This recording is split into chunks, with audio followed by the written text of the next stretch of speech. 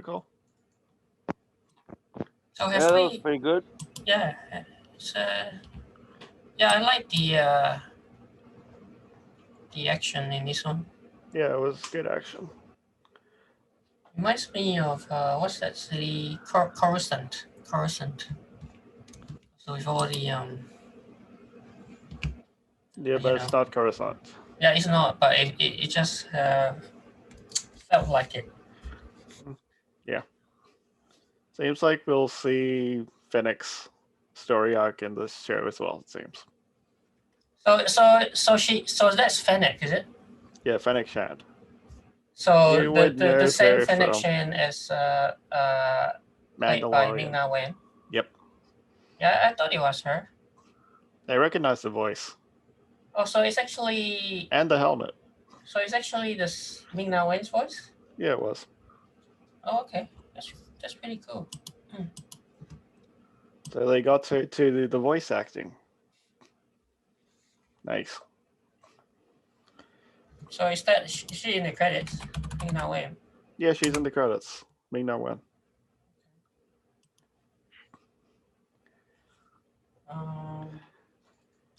Yeah, because the Mandalorian takes place later, right? Yeah, it takes place later, but it seems like an earlier version of Fennec Shand. But that So means before she was working with Boba Fett. So before that, it seems. yeah. So this time we might see like a bit of a darker arc of her story, it seems. Darker arc. Yes. Yeah. Oh yeah. So I've got here an article. Here you go. Ming-Na Wen's character from The Mandalorian, Fennec Shand. Yeah. What does she want from Omega? That's the big question. Well, she's being hired. She's a bounty hunter. That's true. But who's hiring him? Yes. Yeah, who's hiring her? Yeah. So she's a bounty hunter. Yeah, I guess they haven't revealed about that yet. Like who hired her. But I guess there would be a lot of people thinking who the hirer is now. Oh yeah, so who, right? Yeah, like, who? Who hired her? Yeah. Obvious contenders are whoever this is. Lama Su of Camino. Lama Su. Yeah. Camino. We hear about Lama Su a lot. So. But okay. Tarkin, yeah. Grand Admiral Tarkin. One key detail points to the former. Tarkin's chief goal regarding the Bad Batch is to destroy them, so probably not Tarkin. Whereas, so possibly Lama Su. Yeah, so yeah, it's kind of right. Fennec was only interested in Omega, not the others. Yeah, because we know that. Because we know from the last episode, they're saying how somebody's running out their DNA or something. So maybe she's the key to helping them create more clones. Yeah. The true clone DNA. Yeah, the DNA, yes. But Omega is still like a clone as well. So it's not like the pure genetics that they need. Curious. If so, they could have used. If it's for the DNA, they could have used the others in the Bad Batch as well, since they're all similar. That's what they said. It seems like she's a bit different, right?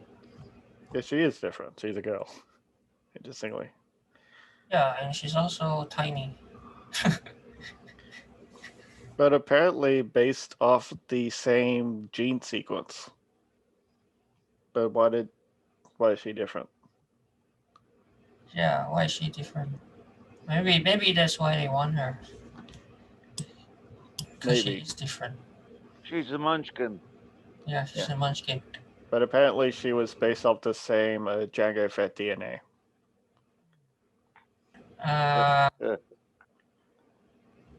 But definitely a good episode. A lot of comedic moments as well. Yeah. That was a good episode, that. Like, Rekko, I really liked in this episode. Really funny. And it seems like the Gonk droid was able to go out with a bunch of tools on its head. Which one? The Gonk droid. Oh, the Gong droid.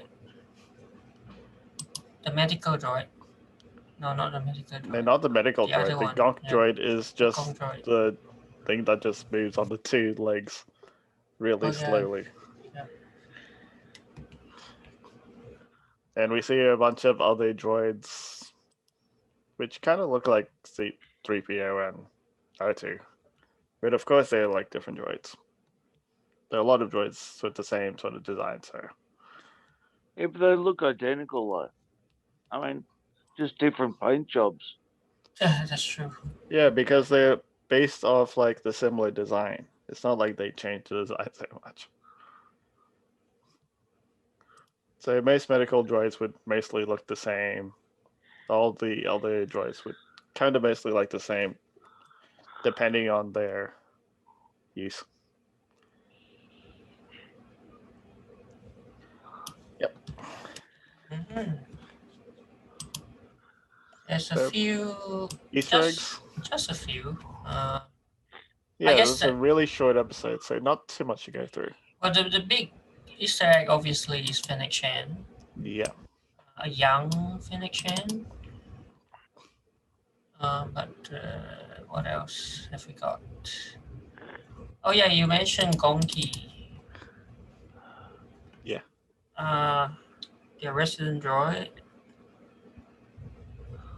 And the striking white transitions. Yes. Star Wars classic transition, white transitions. Yep. Scrambling the signature. So that was what this whole episode was about. They have to scramble the signature to do stuff. Yeah. So text method could be an early version of modulation. Perhaps a workaround to stay stealthy without necessary hardware. Well, I guess it's the beginning of the whole empire, so yes, everything would be early at this stage. Pantora. Oh, okay. So not Coruscant, but Pantora. Yeah. So it actually first appeared in Clone Wars, it says. So yeah, okay. Yeah, the Clone Wars series. Yeah, the series.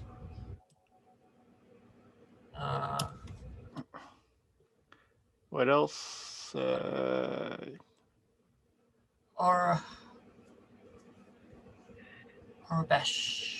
Aurebesh, a language.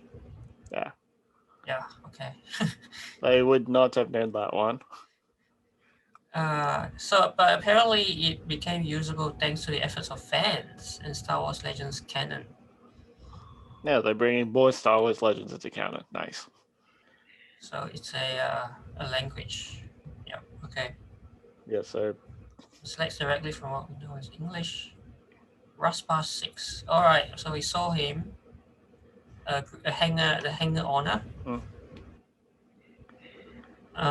Shelly figure is a Salistan, that's his species. Rebel pilot Num.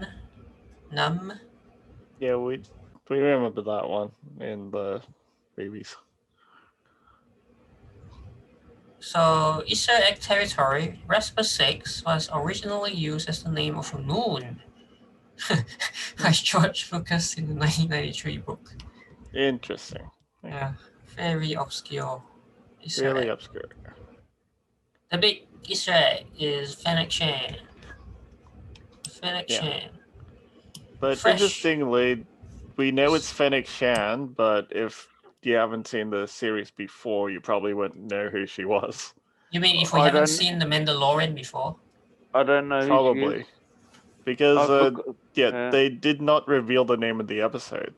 They never... Actually, Bill, you would have known Fennec Shand because you saw Well- Mandalorian with us.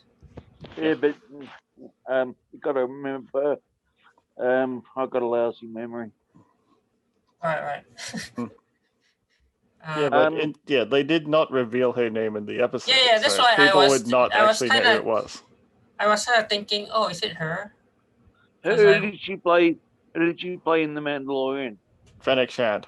Yeah, she's the same character. That's what we're saying. She, Yeah, but a really important person in Mandalorian, or a bounty what? hunter. It became a bit more of a character later, yes. Because Oh, I even think in the later episodes, I think I remember now. Yeah. because she, I think in season 1 of Mandalorian, she appeared in 1 episode, Yeah, and then season 2, she reappeared.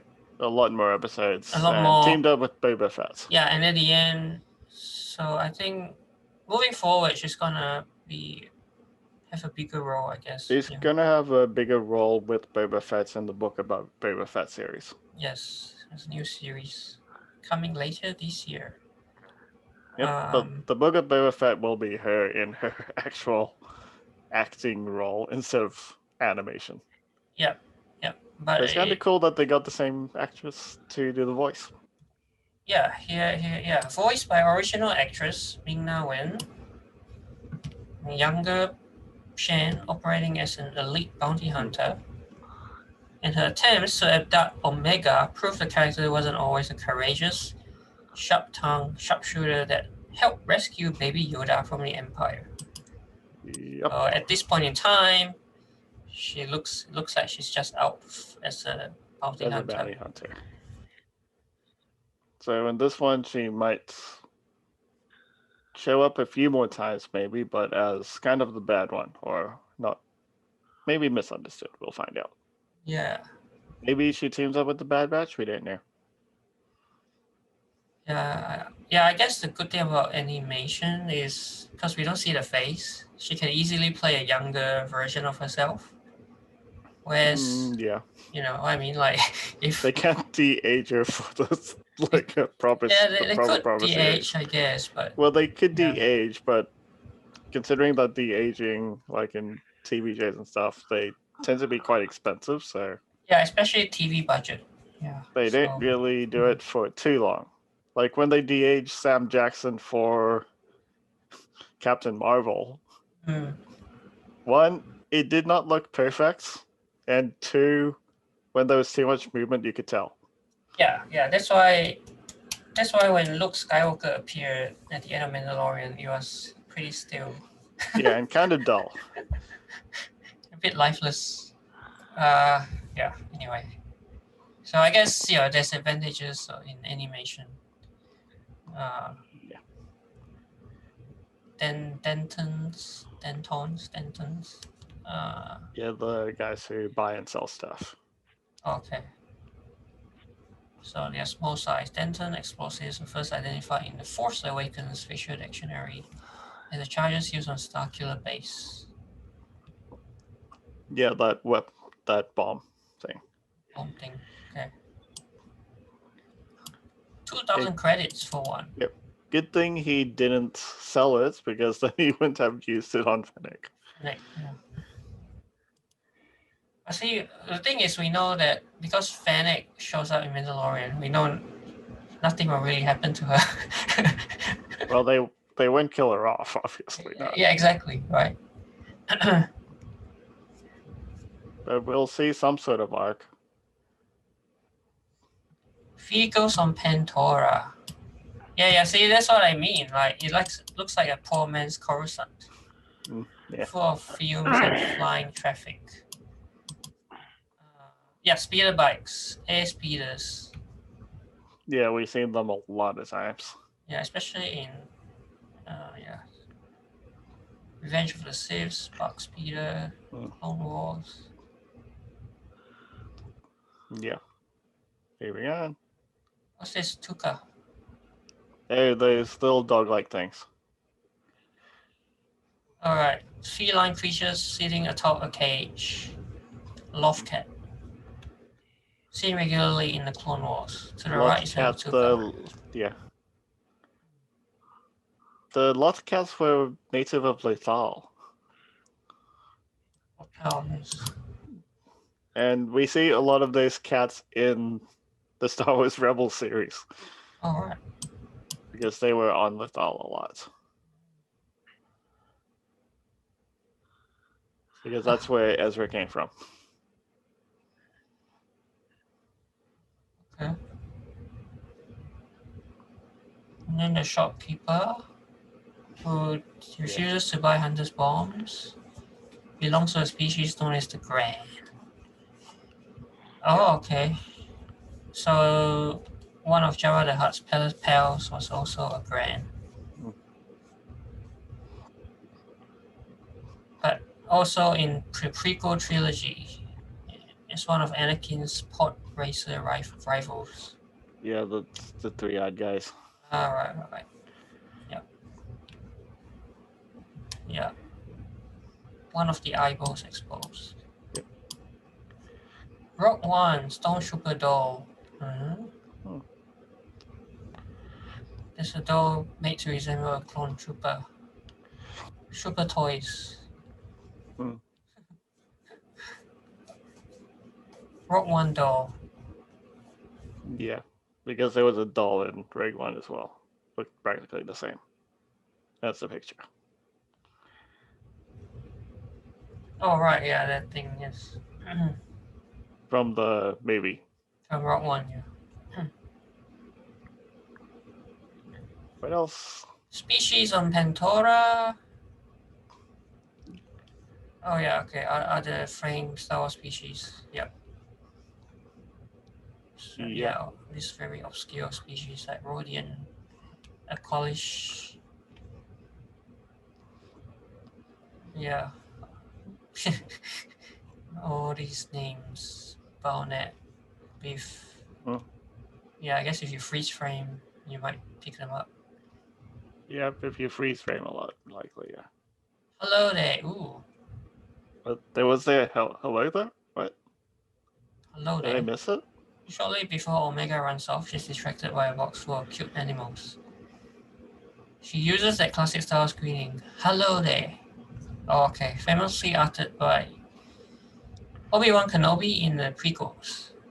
But it's definitely not the same hello there, then. I guess hello there is quite common. Yeah, but Obi-Wan's one was with more like gravitas. Hello there. And kind of like saying his presence to like gets everyone's attention because he's a Jedi. Yeah, it's just, unlikely to be a coincidence. But yeah, it's I think it's everyone says hello there, really. It's definitely not the same way that Obi-Wan did to kind of say that he's there. It's not like he was hiding. He just came out and said hello there, right in front of General Grievous. Yeah, who knows? Whether the line is a mere Easter egg or just denote some deeper meaning yet to be seen. I didn't think so, but yeah, just hello there. Because this is interesting though. There's a widely held theory that Omega is Kamino's first Force-sensitive clone, and that might explain why the bounty hunters are after her. It's actually Force-sensitive. A clone that's actually Force-sensitive. Really? Well, we have seen instances where it looks like she's in tune with something. Like, she seems to be sensitive. Even in the last episode, right? But then, if it's going in the same canon as like the Mandalorian, they probably won't have that. They probably wouldn't finally get that at all, because if they created Dark Troopers, which were mainly all droids, like when we talked about the Mandalorian series, the Dark Troopers, one of the iterations should have been a Force-sensitive clone inside the Dark Trooper. before they made it like droids. Yeah, you were talking about the different phases, right? Yeah, but of Dark the Troopers. Force-sensitive Dark Trooper thing completely failed, or never was released at all. Yeah. That was sort of in the Star Wars game Dark Forces, though. Okay.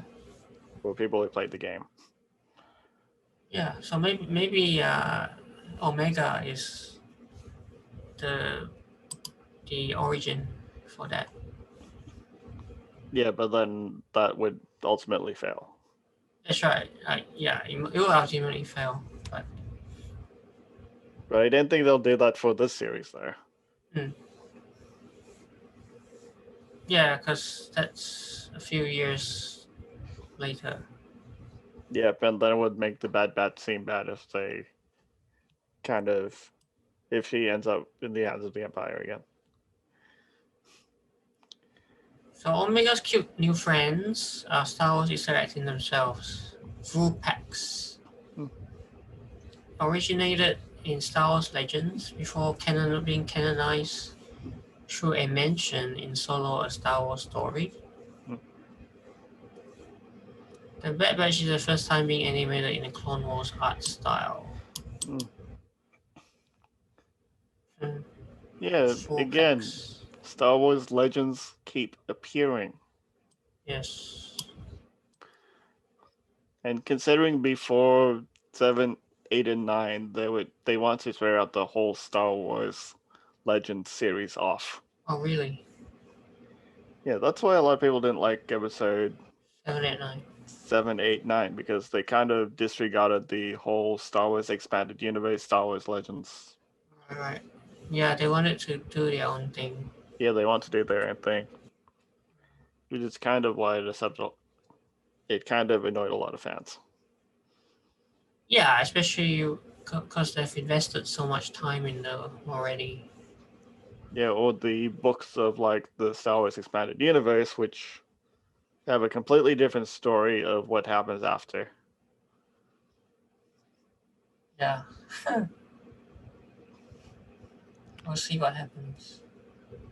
Protocol Droid. Yeah, I think Bill mentioned this. It looks the same, just a different paint job as C3PO and R2D2. Astromech. There are actually a lot more droids which look like R2D2, but with like hands and rowing stuff and a lot of other stuff. So Rusty C3PO look-alike CG67. Kling the LE droid, 2 Astromechs, not dissimilar to R2D2. Code 225 and DK3. Yeah, so just like R2D2, CG67 is panicky. So yeah, I guess you could say this is trying to mimic or reflect that relationship between C3PO and R2D2.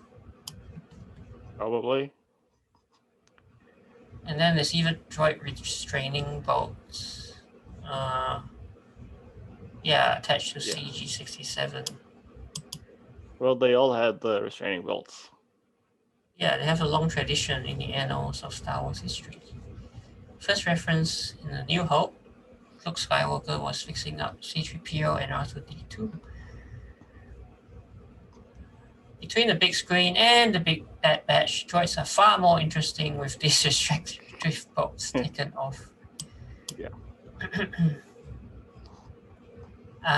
Yes. I was kind of thinking of this scene during the chase because I remembered this was the one, the high-flying city speeder chase between Hunter, Omega, and Fennec Shand. Feels like a homage to the opening minutes of Attack of the Clones, where Obi-Wan and Anakin chase an assassin across the traffic lines of Coruscant. Aero gymnastics. Yeah. Yeah, this is a good similar. point. It's similar, but this is a good point. In this case, it's the other way around. It's the bad guy doing the chasing. Yeah. And the good guys are escaping. And that's it. That's it. Yeah, Yes. that really wasn't that much Easter eggs. True. Yeah, a lot of them are just. But then the whole episode was only 23 minutes. But also, Yeah. But overall, I think it was a really interesting episode. Yes. So, quite interested in how it plays out. Mm. Will we eventually see Rex? Will they meet up with Rex? Rex. Yeah, I don't. The clone, yeah. Yeah, the client. They mentioned him though. Yeah, name drop. Name drop. First name T. Huh? Rex. Yeah, Rex. First name Rex. T. R-E-X. Rex. T Rex. T-Rex. Not that T-Rex. Yeah, Rex. This is the Boba No, they Fett. call him like Commander Rex. Okay. Oh, the skinny guy. Huh? No. Actually, do I have a picture of Rex? Let me see if I can bring up Of Rex? a Rex picture. So a clone? This guy, Commander Rex. Yeah. This what? Oh, the poor guy. Yeah. Right.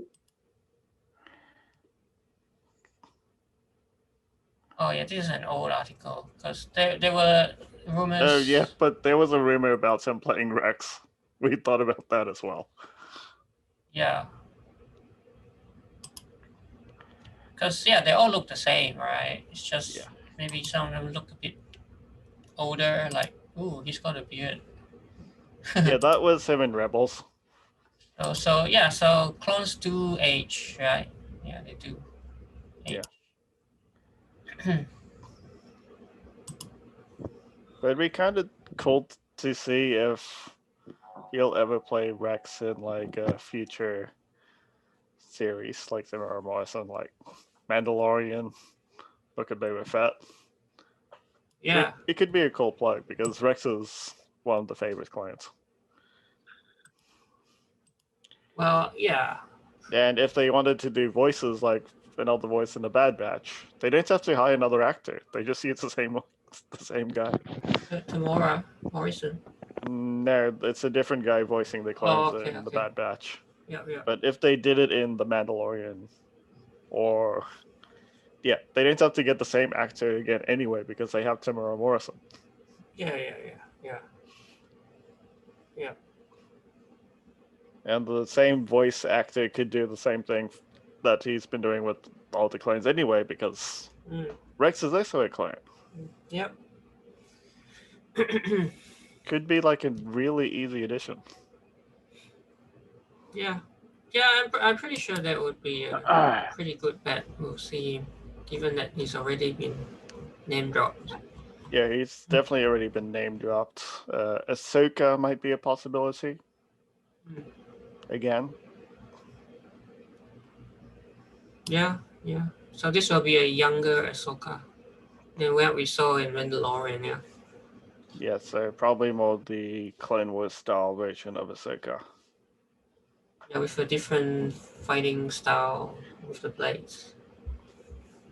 Maybe. Yep. But then it's the Clone Wars animation style, so they could probably just use the same Clone Wars animation, of course, for Ahsoka.